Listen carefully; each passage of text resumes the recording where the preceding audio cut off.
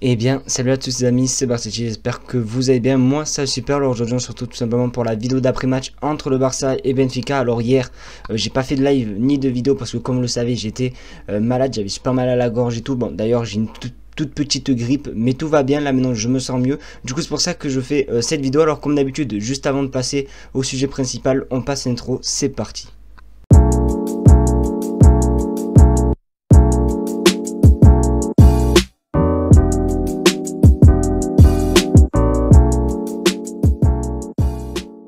Du coup, bon, les amis, hier, comme vous le savez, le Barça a fait match nul face au Benfica, ce qui nous arrange pas parce qu'on n'est tout simplement pas qualifié encore pour les huitièmes de finale. Alors tout se jouera au dernier match de groupe face au Bayern Munich à l'extérieur et ça s'annonce très compliqué. Après, on espère tout simplement que le Bayern va tout simplement mettre l'équipe 5 pour cette rencontre, sachant qu'ils sont déjà qualifiés et qu'ils sont sûrs d'être premiers. Alors je vois pas pourquoi ils devraient mettre quand même l'équipe 1. Après, voilà. Après, si on perd contre le Bayern et que le Benfica perd ou fait match nul, on est quand même qualifié. Mais il faut quand même gagner pour la confiance et aussi pour voilà quoi, pour que ça fasse du bien. Sinon hier, je trouvais que c'était un très bon match quand même de la part de Barcelone. Malheureusement, il nous manque un très grand attaquant pour finir les occasions, même si il y a eu une barre de Demir. Ensuite, il y a eu l'entrée d'Ousmane Dembélé que j'ai beaucoup aimé. Hein. D'ailleurs, Ousmane Dembélé, dès qu'il est rentré, on l'a un peu remarqué, tu vois, qu'il est rentré, ça a apporté un peu de fraîcheur, de la vitesse, du dribble et tout.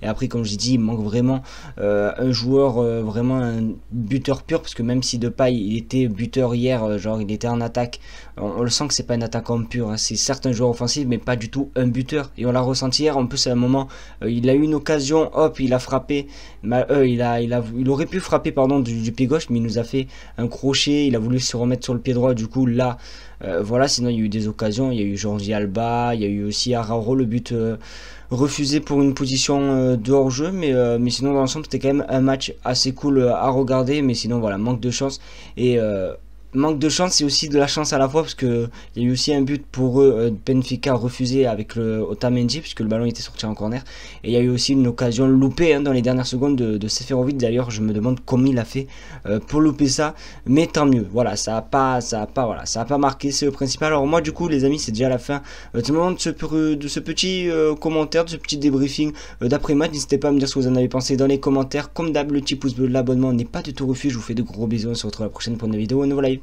Ciao ciao.